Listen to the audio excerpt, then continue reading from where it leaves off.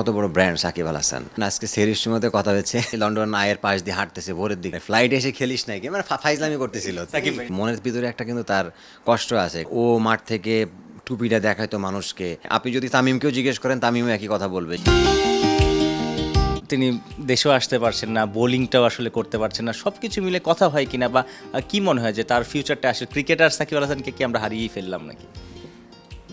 না, অবশ্যই দেখেন, সাকিবের মতো প্লেয়ারকে আমরা যদি এভাবে বিদায় না দিতে পারি, উইচ ইজ আমাদের জন্য আসলে একটা লজ্জা বলেন, আমাদের ব্যর্থতা।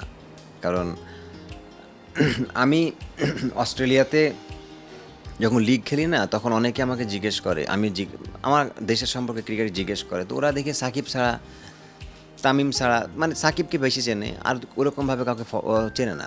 সো এটা তখন মনে হয় যে আমরা কত বড় ব্র্যান্ড সাকিব আল হাসান। তো আমি বলবো যে ওই দিক থেকে সাকিবকে আমরা অবশ্যই মিস করছি।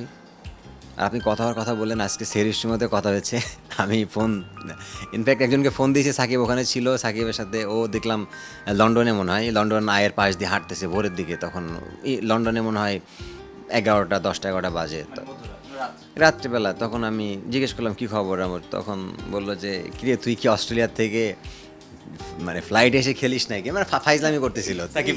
এই আর কি মজা করে আর কি যখনই কথা বলে।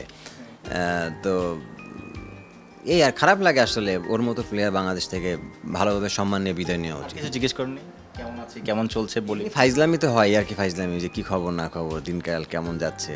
হ্যাঁ, বলেন না, লাইফ এনজয় করতেছি, কোনো সমস্যা নাই। বাট তারপরেও দেখেন, যতই বলুক, মনের ভিতরে একটা কিন্তু তার কষ্ট আছে। কারণ দিন শেষে কিন্তু সেই দেশ থেকেই সাকিব আল হাসান হয়েছে, এই দেশ থেকে এত বড় সুপারস্টার হয়েছে। সো এই দেশ থেকে যখন সে প্রপার সম্মানটা না পাবে, সে পৃথিবী যত জায়গায় ভালো থাকুক না কেন, আমার মনে হয় যে তার ভিতরে ওই কষ্টটা থেকে যাবে। মিরপুর শেরে বাংলা যেভাবে 4 ডে ম্যাচ থেকে রিটায়ার্ড করলেন, গার্ড অফ অনার দিল সবাই, ঠিক একইভাবে সাকিব আল হাসানও এটাই চেয়েছিলেন।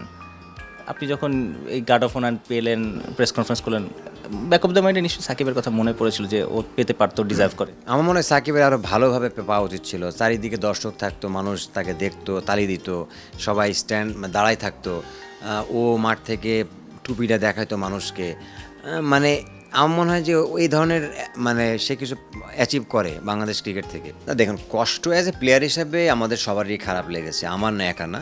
যারা মানে আপনি যদি তামিমকেও জিজ্ঞেস করেন, তামিমও একই কথা বলবে যে সাকিবের এই সম্মানটা এইভাবে নেওয়া ঠিক না, আরও ভালোভাবে নেওয়া উচিত। অ্যাজ এ মানে আপনি যদি কলিগ হিসাবে বা প্লেয়ার হিসাবে জিজ্ঞেস করেন, কে ভালো